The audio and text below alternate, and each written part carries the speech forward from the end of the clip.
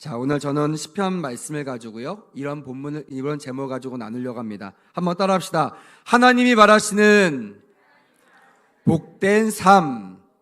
네, 하나님 바라시는 복된 삶입니다. 이 복된 삶이 될 수 있도록 오늘 말씀을 전하려고 합니다.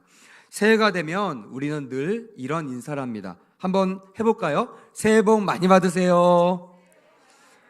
네, 일주일밖에 안 지났는데 약간 어색하신가요? 네, 우리 지난주 이맘때 엄청 많이 외치면서 인사했었잖아요. 아까 우리 찬양인도 했던 이승 목사님도 혹시 여러분들 그것을 잊어버리신 것이 아닙니까? 어떻게 잘 살고 있습니까? 라고 물어봤던 것처럼 오늘 저도 여러분들에게 이 인사를 하면서 여러분들 얼굴 봤어요. 아까 들어올 때는 벌써 우리가 2026년을 시작한 지 얼마 안 됐는데 걱정, 근심이 가득한 얼굴로 이 예배당에 오시더라고요. 송구 영신 예배 때는 정말 밝았었거든요. 여러분들 모르시게 저는 이제 보잖아요.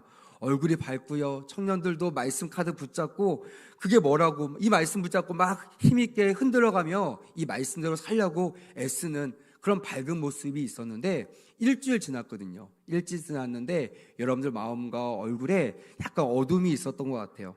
근데 새해 복 많이 받으세요 라고 외치니까요, 그 어둠이 갑자기 사라졌습니다. 할렐루야. 네, 너무나 기쁜, 그만큼 우리가 복을 좋아한다는 뜻이죠.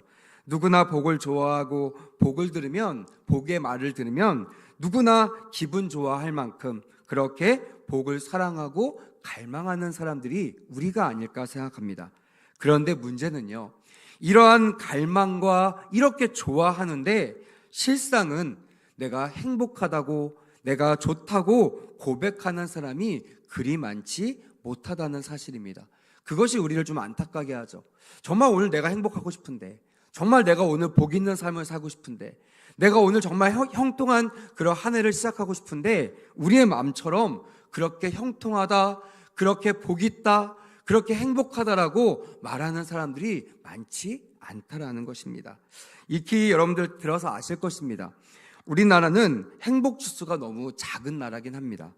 UN 산하기구 SNSN에서 발표한 2025년 세계 행복 보고서라는 것이 있어요. 이것이 매년마다 발표가 될 때마다 저는 주의 깊게 봅니다. 우리 대한민국, 예수 잘 믿는 대한민국이 얼마나 행복할까. 부러운 것은 핀란드라는 나라가 부러워요. 8년 연속 1위를 하고 있는 나라입니다. 가장 행복한 나라, 가장 행복을 누리고 가장 행복하다고 느끼는 나라가 핀란드라고 합니다. 한국은 몇 등일까요? 총 147개국 중에 58입니다. 제법 좋다고 생각할 수 있지만 작년에 비하면 6계단이나 하락했다라는 거예요. 정말 우리나라가 행복이 없다라고 말할 수는 없는 나라지만 그만큼 느끼기에 행복하지 못하다고 느끼다는 것이 이 수치를 통해서, 발표를 통해서 우리는 알 수 있습니다. 특별히 좀 안타까운 것은 아실 것입니다. 무려 22년 동안이에요. 자그마치 20년도 아닙니다. 10년도 아니고요. 무려 22년 동안 OECD 가운데 자살률 1위를 여전히 자립을 지키고 있는 나라.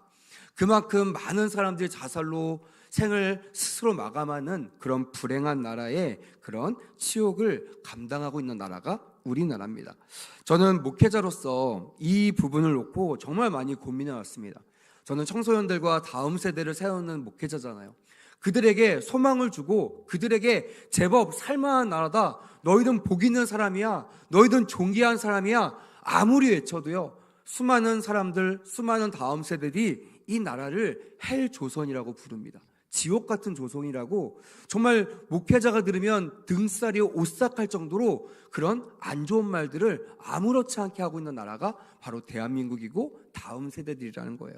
오늘 특별히 청년들이 예배 많이 나오셨는데 오늘 이 말씀을 통해서 진짜 복이 무엇인지, 정말 우리가 주 안에서 정말 어떻게 하면 복을 얻을 수 있는지를 말씀을 통하여 깨닫는 은혜가 있기를 간절히 원합니다. 아멘. 저도 그 부분을 놓고 하나님께 기도를 많이 했지 않겠습니까? 그러면서 이번 주도 이 말씀 붙잡고 하나님 앞에 나갔을 때 모르겠어요. 저는 말씀 앞에 겸손하게 무릎 꿇었습니다. 겸손하게 하나님의 음성을 구했어요. 하나님, 말씀해 주시면 제가 금요철야 때 이 말씀을 그대로 전하겠습니다 라고, 가감없이 전하겠습니다 라고 하나님 앞에 묻고 또 물었습니다.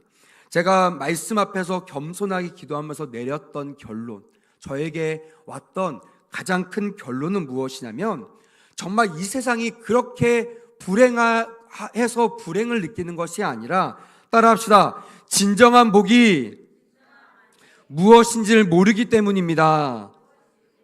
동의하시면 아멘?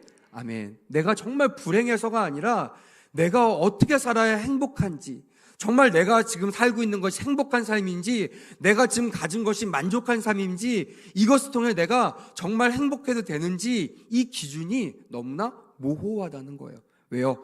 정말 진리이신 예수님의 말씀이 아니라 급변하고 너무나 변함이 심한 세상의 기준을 가지고 복을 기준 삼고 복을 결정하기 때문에 그렇다는 것입니다. 복을 좋아하지만 진짜 복을 모르니까 그 복을 구하지도 못하고요. 또 알아도 믿지 못하기 때문에 구하지 않아서 행복하지 못하다는 결론을 주 안에서 깨달을 수가 있었다라는 거예요. 그래서 여러분들에게 오늘 진짜 복이 무엇인지를 나누려고 합니다. 말씀을 통하여 믿어지시면 크게 아멘 하시면서 화답하는 은혜가 있기를 간절히 원합니다. 아멘. 그럼 여러분, 진짜 복은 무엇일까요? 진정으로 우리에게 행복을 가져오는 참된 복은 무엇일까요? 감사하게도요, 하나님 말씀 가운데 특별히 우리가 오늘 읽었던 이 본문 말씀, 하나님께서는 시편 말씀을 통하여 이 답을 우리에게 주시고 있다라는 것입니다. 먼저 복 있는 사람이란 3절 말씀을 통하여 너무나 명쾌하게 이렇게 표현되고 있습니다. 따라합시다. 형통한 사람입니다. 더 크게요. 형통한 사람입니다. 그냥 복하면 이것이 너무나 뒤죽박죽 했어요. 기준이 없어요. 많이 가져야지 복이 있는가? 또한 또 오래 살아야 복이 있는가? 인정받아야 복이 있는가? 세상 사람한테 물어보십시오. 다 다릅니다. 왜?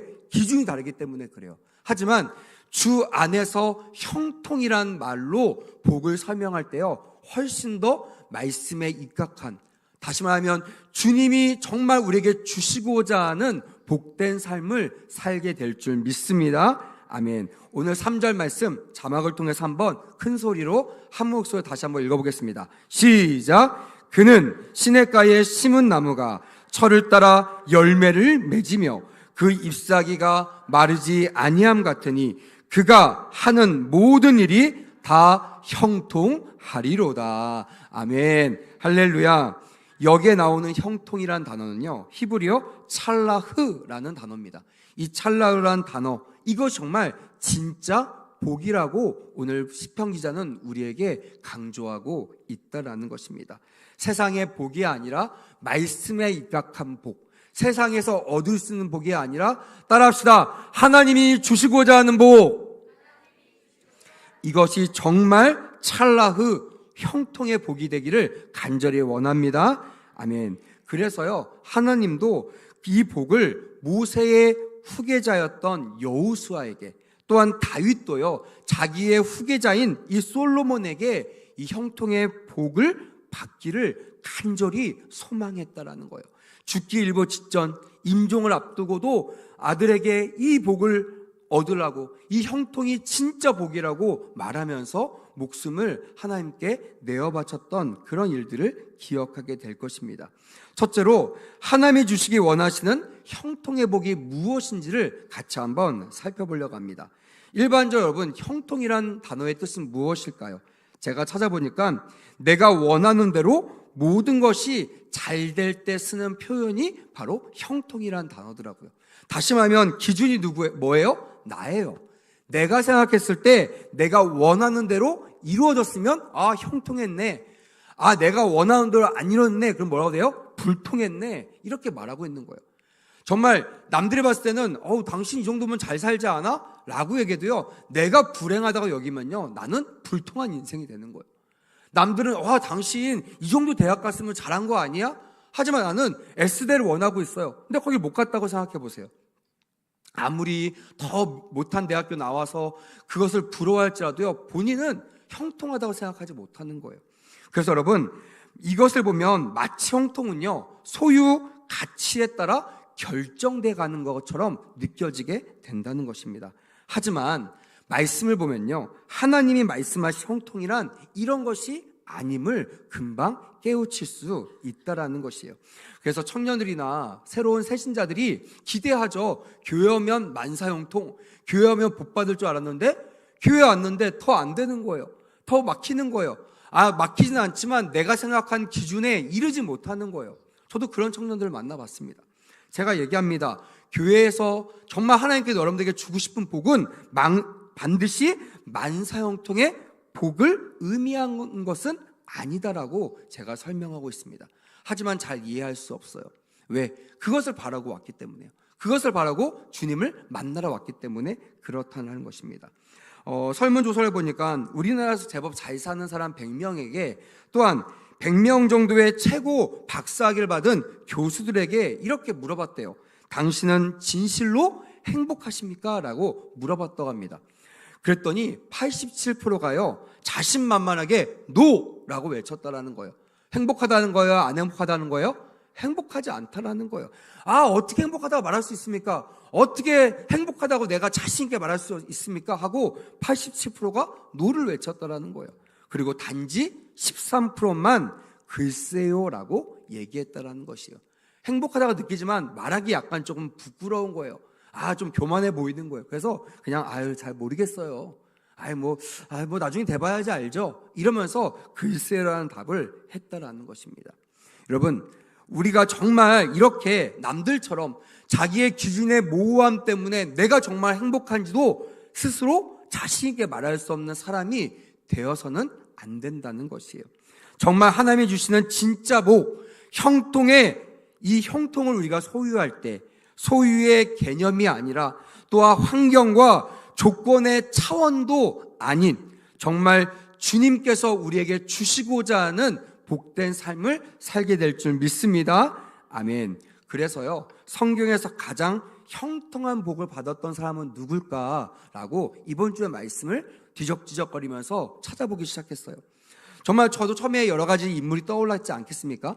근데요, 하나님께서 또한 말씀 가운데 저를 이끄셨던 인물이 바로 요셉이라는 인물을 제가 발견하고 묵상하게 되었습니다. 이 요셉은요, 보니까 가장 형통했다, 가장 복을 받았다, 가장 하나님과 가깝게 지냈다, 동행했다라는 사람으로 그렇게 자리매김하고 있더라고요. 오늘 본문에 나와 있지 않지만 자막이 준비되어 있어요. 창세기 39장 1절부터 3절까지 말씀, 우리 길지만 한번 같이 한번 읽어볼까요? 시작! 요셉이 이끌러 애굽에 내려가매 바로의 신하 친위대장 애굽사람 보디발이 그를 그리로 데려간 이스마엘 사람의 손에서 요셉을 산이라. 여호와께서 요셉과 함께 하심으로 그가 형통한 자가 되어 그의 주인 애굽 사람의 집에 있으니 그의 주인이 여호와께서 그와 함께 하심을 보고 또 여호와께서 그의 범사에 형통하게 하심을 보았더라 라고 되어 있습니다. 또한 23절에 보니까요, 이어서 이렇게 기록되어 있어요. 다시 한번 읽어볼까요? 시작! 간수장은 그의 손에 맡긴 것을 무엇이든지 살펴보지 아니하였으니 이는 여호와께서 요셉과 함께 하심이라. 여호와께서 그를 범사에 어떻게 했다고요? 형통하게 하셨더라. 아멘.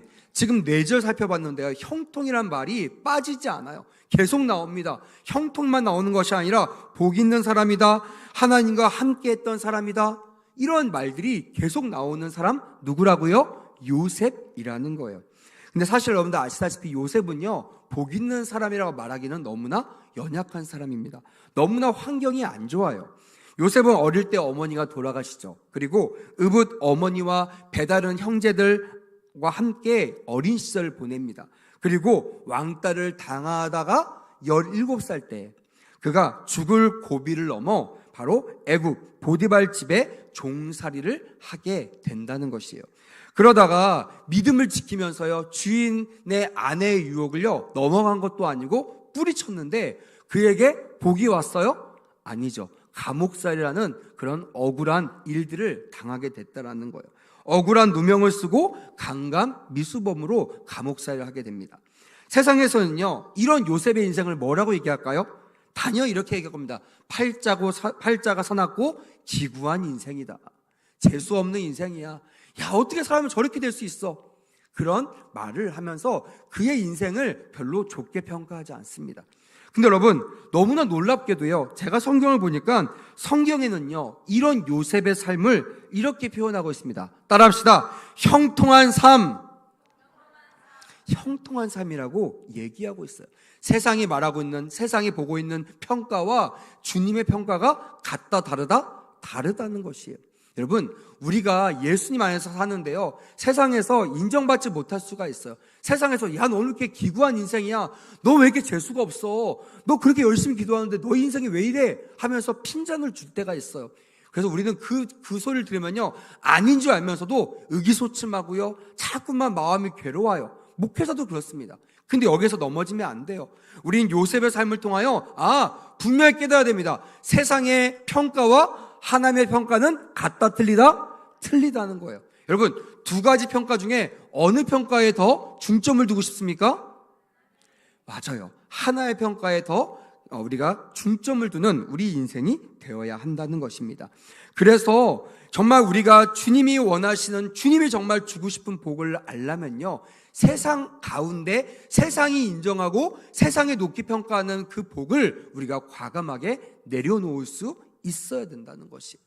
그리고 세상에서는 기구한 인생, 세상에서는 재수 없는 인생, 세상에는 애통한 인생이라고 말할지 모르겠지만 주님이 우리의 인생을 가지고 나는 너의 인생을 평가할 때 형통한 삶이라고 평가하는 그런 저와 여러분이 되기를 간절히 원합니다. 아멘. 그것이 정말 진짜 복 있는 사람이라고 오늘 말씀을 통하여 여러분들에게 전하고 싶은 거예요.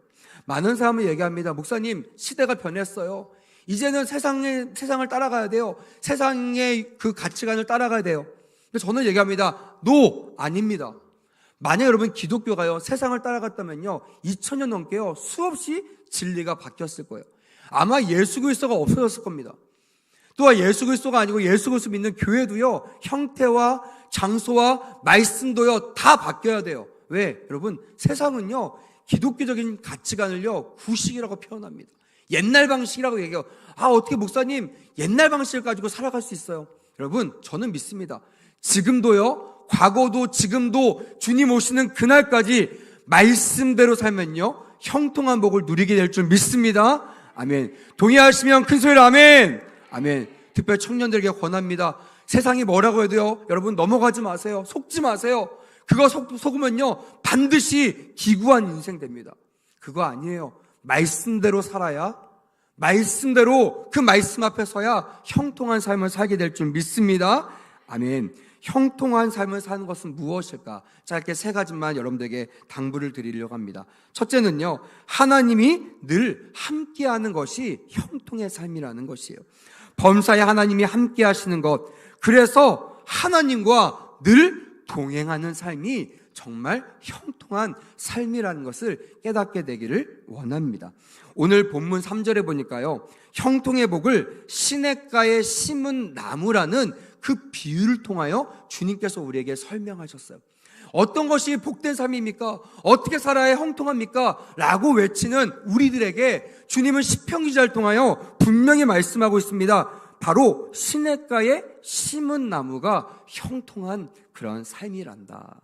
여러분, 이 시냇가에 심은 나무는요, 세 가지의 공통점이 있습니다. 하나는요, 뿌리가 지하 생수에 깊이 내려져 있다라는 거예요. 그래서 정말 환경에 영향받지 않고요, 나 자신에 영향받지 않고 항상 생수를 충분히 공급받는 것이 바로 뿌리가 깊은 나무, 시냇가에 심은 나무라는 거예요. 두 번째는요, 그래서 가뭄이나 더위가 와도요, 잎사귀가 마르질까요? 아니면 마르지 않을까요? 마르지 않는다는 거예요. 이게 중요합니다. 또 나중에 설명하겠습니다. 세 번째는요, 철을 따라 당연히 저절로, 따라합시다, 열매가 풍성히 맺힌다. 제가 작년에도 여러분들에게 강조했습니다. 여러분, 예수 믿으면요, 의심하지 마세요. 시간의 문제이지. 따라합시다. 반드시 열매가 풍성히 맺힙니다. 무슨 말이에요? 반드시 형통의 복을 받는다, 못 받는다? 받는다는 거예요. 여러분, 이것을 반드시 붙잡으셔야 최후 승리를 얻게 될 줄 믿습니다. 아멘. 그렇게 우리 주님은요, 이 뿌리가 생수에 늘 잠겨 있듯이 우리의 영혼의 뿌리가 생수의 근원 되시는 하나님의 임재 안에 거하라고 말씀하시고 그런 삶이 형통한 삶이라고 말하고 있는 것이에요. 그래서 요셉이요, 왜 형통할까? 항상 그는요, 앞에 평가가 있습니다. 그가 여호와 하나님과 함께 하심으로 라는 말이 반드시 함께 실려 있더라고요. 그가 환경의 영향이 좋아서가 아니에요. 그가 상황이 좋아서가 아니에요. 그가 지금 왕이어서가 아닙니다. 그가 누구와 함께 했기 때문에? 하나님과 함께 있기 때문이라는 것이에요. 할렐루야. 2026년 어디서 무엇을 하든지 하나님과 함께 있어 형통한 삶이 되기를 간절히 원합니다. 아멘. 두 번째는요, 형통은 하나님이 주시는 은혜로 모든 환경을 따라합시다. 초월하는 것입니다. 넘어지는 것이 아니라 넘어서는 것이라는 거예요. 이것이요, 형통한 사람과 불통한 사람의 차이입니다. 정말 어떻게 보면 너무나 간발의 차이야. 너무나 작은 차이입니다. 똑같은 상황, 똑같은 환경, 똑같은 인품을 갖고 있지만요, 어떤 사람은 약속을 믿는 거예요. 아, 주님과 함께하면 반드시 시간의 문제이지 형통한다고 해서 이 믿음을 가지고 나가는 사람들, 뿌리를 깊이 내리는 사람들은요, 환경의 영향을 받지 않는 거예요. 근데 정말 주변에 여기 잘 되면 여기다 뿌리 내리고, 여기 잘하면 여기 뿌리 내리고, 저 사람이 괜찮으면 저 사람한테 뿌리 내리고, 이 교회가 좀 이 교회 뿌리 내리고, 이런 사람들은요, 환경이 달라지잖아요. 그 목회자가 달라지고, 교회가 달라지고, 그 사람이 달라지고, 환경이 달라지면요, 어떻게 된다고 했어요? 성경에 그 잎사귀가 마르게 된다는 거예요. 여러분, 이 마르게 되는 것은요, 예수 믿는 사람이나 안 믿는 사람이나 어쩌면 동일한 환경 속에서 마주대하는 그런 모습으로 보일 수 있습니다. 예수 믿는다고 여러분 장사하면 망하지 않는다는 보장이 있어요? 예수 믿는다고 시험 보면 100% 합격한다는 보장이 있습니까? 예수 믿는다고 내가 투자하고 주식 넣으면 막 30배, 60배, 100배로 반드시 열매 맺는다는 보장이 있어요? 여러분, 하나님은 그런 보장을 하지 않으세요. 제가 말하는 반드시 시간의 문제이지 형통한다는 이 복은요, 따라합시다. 하나님의 때에, 더 크게요, 하나님의 방법으로 믿으시면 아멘. 나의 때에 나의 방법이 아니에요. 지금이 적절한 때야, 지금 터져야 돼, 이런다고 터질 수 있는 것이 아니에요. 지금 내가 대학교 가야 돼, 내가 입시에서 수석 합격해야 돼, 이런다고 대학 갈 수 있는 것이 아니라는 거예요. 이걸 모르니까 맨날 넘어지면 맨날 시험 드는 거예요. 왜? 열심히 했는데 안 됐다는 거예요. 목사님, 왜 기도했는데 안 돼요? 여러분, 기도하면요, 진짜 기도를 잘하는 사람들은요, 정확히 하는 사람은요, 시험 들지 않아요. 이미 말씀하십니다. 이번 시험에 합격할 수 없을지 몰라. 하지만 반드시 내가 이 시간, 이 시험의 이 시간, 떨어지는 이 고난의 시간을 내가 유익한 시간으로 바꿀 거야 라는 약속의 말씀을 받게 될 줄 믿습니다. 아멘. 이거 받지 않고요, 내가 하고 싶은 말만 하니까요, 주님 말을 안 들으니까 주님과 내 생각이 달라지는 거예요. 동상이몽을 꾸는 거예요. 그러니까 맨날 시험 당하고 교회를 떠나는 것입니다. 사랑하는 여러분, 2026년에는요 항상 주 안에서 형통하시기를 간절히 원합니다. 아멘. 그러면요 반드시 초월하는 능력이 있어야 된다는 거예요. 잎사귀가 말라요. 똑같아요. 예수 믿는 사람이나 목회자나 또한 또 예수 안 믿는 사람이나 다 나라가 어렵고 형편이 안 좋고 경제가 무너지면요 다 배고픕니다. 다 어려워요. 똑같아요. 근데 문제는 뭐냐면, 따라합시다. 그 잎사귀가 마르지 아니함 같으니, 당장은 말라질 것 같아요. 당장은요 공급 못 받아가지고 비가 안 내리니까 다 이번 농사는 망했네 라고 평가할 수 있어요. 근데 여러분, 시냇가에 심은 나무가 뿌리를 어디에 내렸다고요? 강가에 내렸다고 했잖아요. 겉에서는 똑같아요. 겉에서는 똑같이 어려워요. 실제로 어려움을 당합니다. 근데 문제는 뭐냐면, 중요한 건 뭐냐면, 뿌리가 어디에 있다고요? 생수 안에 뿌리가 내려져 있다라는 거예요. 당장은 똑같이 어려워 보여도요, 시간의 문제이지 그 공급함을 받아야 못 받아요? 받는다는 거예요. 왜 어려운데 나는 기쁘지? 왜 어려운 나는 행복하지? 우리 집 망했는데 왜 나는 기쁘지? 여러분, 망해도요 기쁠 수 있습니다. 할렐루야. 제가 간증했잖아요. 제 산 증인이 여기 있잖아요. 망해도 기쁠 수 있어요. 감사할 수 있어요. 왜? 진정한 하나님 안에서 형통의 복을 누릴 수 있기 때문이라는 것입니다. 여러분, 반드시 시간의 문제이지 주님으로부터 생수로부터 공급받게 될 줄 믿습니다. 아멘. 그래서요, 내가 거친 들에 있든지 초막에 있든지 어디에 있든지 낙심하거나 절망하거나 두려워하지 않고요, 오히려 따라합시다. 어려움을 뛰어넘어 감사하고 기뻐합니다. 그렇습니다. 그래서요, 예수 믿는 사람은요, 똑같이 어려워도요, 기쁜 거예요. 똑같이 장례식을 치러도요, 예수 믿는 가정은요, 할렐루야 찬송할 수 있는 거예요. 왜? 내 아빠, 내 가족이 이제는 고통 없는 그곳에서 평생 만나고 싶은 주님 곁에서 행복한 삶을 살고 있는 것을 믿음의 눈으로 보기 때문에 그래요. 여러분, 천국이 좋으세요? 여기가 좋으세요? 잘 생각하고 대답하세요. 어디에서 오래 살지를 결정하게 될 것입니다. 천국이 좋으세요? 여기가 좋으세요? 할렐루야. 천국에 빨리 올라가는 은혜가 있기를 축복합니다. 또 이러면 기분 나빠하시더라고요. 아니, 여러분, 빨리 올라가는 게 좋은 거예요. 그래서 우리가 항상 천국을 바라보며 주님과 함께 살기를 원할 때 그 어디나 형통의 장소가 되게 될 줄 믿습니다. 자, 세 번째는요, 바로 이 형통은요, 하나님이 주시는 형통이라는 거예요. 이게 너무나 중요하다는 것입니다. 여러분, 이 공급을요, 세상 사람들이 주는 것이 아니에요. 근데 우리 항상 목말라 합니다. 여기가 조금 좀 잘 사는 것 같으면요, 도움을 청해요. 어려울 때 좀 도와주세요. 돌아오는 게 뭐예요? 여러분, 만족감일까요? 아니, 여러분, 수치심입니다. 도와줄 것 같죠? 도와주도 않는데요, 막 수치심을 줍니다. 야, 그러니까 내가 돈 벌려고 했잖아. 그러니까 내가 열심히 살려고 했잖아. 아, 교회 가지 말고 내가 일하라고 했잖아. 이러면서 핀잔을 주고 막 우리에게 수치심을 안겨줍니다. 그래서 여러분, 주님께서 말씀하고 계세요. 도우림이 없는 방백들을 의지하라. 의지하지 말라? 의지하지 말라. 주님은요, 그들이 안 도와줄 거 알아요. 누가 도와주십니까? 하나님 아버지가 도와주신다는 거예요. 2026년 제법 잘 시작했어도 또 일주일 만에 무너진 사람이 있을 거예요. 또 갈증을 느낀 사람이 있을 거예요. 또한 여러 가지 어려움 때문에요, 실망하고 낙심한 사람이 있을 것지 모릅니다. 여러분, 그럴 때 세상을 의지하는 눈을 돌이켜서 믿음의 주여 온전케 하신 주님께 향하시기를 간절히 축복합니다. 아멘. 그런 사람이 형통의 복을 받게 된다는 것이에요. 마지막 이 분을 소개하고 말씀을 마무리하려고 합니다.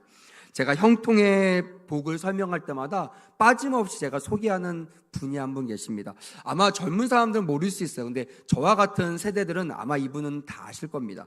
여러분, 혹시 시인 송명희 시인을 아십니까? 아시면 큰 소리로 아멘. 아멘. 네, 그래도 좀 나이가 있으신 분들 많으시네요. 네, 송명희 시인 모르는 청년들이 있으면 오늘 꼭 유튜브에 검색해 보세요. 이 시인은요, 이 시인의 시 중에, 제가 좋아하는 시 중에 이런 시가 있습니다. 슬픔 속에서 주님이 기쁨 되시니 슬픔 속에서 기뻐합니다. 고통 속에서 주님이 안식 주시니 고통 가운데 안식합니다. 결박 안에서 주님이 자유 주시니 결박 안에서 자유합니다. 이런 시가 있어요. 너무나 은혜롭지 않습니까? 내 상황과 다른 거예요. 결과가 다른 거예요. 왜요? 그 가운데 주님이 계시니, 주님이 기쁨 주시고, 주님이 안식 주시고, 주님이 자유 주시니 우리가 기뻐하게 되고 안식하게 되고 자유할 수 있게 되었다는 이 고백이 너무나 위대한 고백인 것입니다. 사실 여러분, 송명희 시인을 한번 보시면 아실 거예요.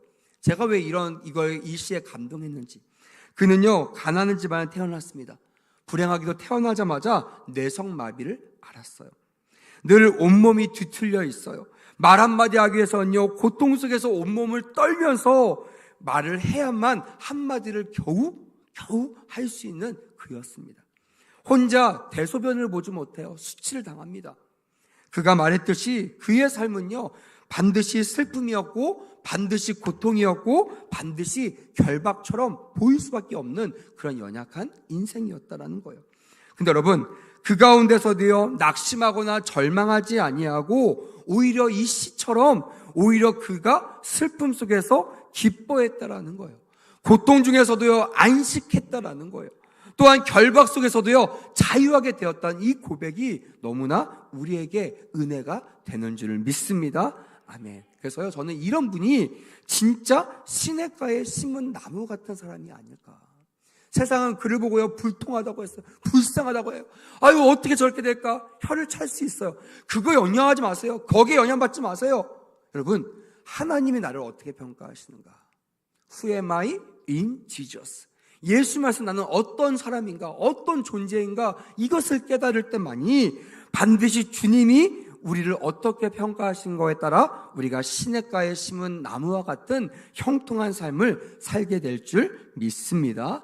아멘. 사랑하는 여러분, 말씀을 마무리하려고 합니다. 오늘 이 2026년을 시작하는 첫 금요 기도회 때 하나님께 제가 구했어요. 하나님, 우리 성도들에게 어떤 말씀을 주기 원하십니까? 저에게 말씀하셨어요. 나는 우리 성도들이 형통한 복 있는 사람이 되기를 원한다. 동의하시면 큰 소리로 아멘. 믿으시면 아멘. 그래서 이 복 있는 사람이 되기 위하여 진짜 복이 무엇인지를 이 시냇가에 심은 나무라는 비유를 통하여 우리의 마음에 새겨주기를 원하신다는 거예요. 언제까지 주변을 두리번거리시겠습니까? 언제까지 사람들의 그 편견과 사람들의 평가에 여러분들의 마음이 좌지우지되시는 그런 갈팡질팡한 삶을 사시겠습니까? 언제까지 소유가 있으면 기쁘고 소유가 없으면 슬퍼하는 항상 뒤집박죽되는 뒤집어지는 그런 삶을 사시겠습니까? 과감하게 2026년은 그 평가를 포기하시기를 간절히 원합니다. 아멘. 주님이 나를 어떻게 평가하시는지, 내 뿌리가 얼마나 깊은 생수이신 예수께 내가 지금 안착하고 있는지, 그래서 환경에 영향받지 아니하고 또한 연약한 나 자신, 질극 같은 나 자신에도 영향받지 아니하고 주님이 나를 어떻게 보시는지, Who am I in Jesus? 예수님 안에서 나를 다시 한번 평가하고 나를 돌아보고 내 뿌리를 정말 깊은 생수 대신 주님께 내리는 2026년이 되기를 간절히 원합니다. 아멘. 여러분, 우리는 존귀한 자임을 믿습니다. 아멘. 존귀한 자는요, 무엇이 존귀한 것인지를 아는 사람이에요. 무엇이 복된 것을 알고 그것을 얻으며 그 복된 삶을 살아내는 사람이 저는 정말 존귀한 자라고 믿습니다. 존귀한 여러분, 부디 오늘 밤 이 말씀을 가슴에 새기시오. 여러분들의 삶을 세상적인 변화는 그런 복의 기준이 아니라 말씀의 기반으로 한 예수님의 그 뿌리를 내리는 그 형통의 삶을 사는 저와 여러분이 되기를 간절히 원합니다.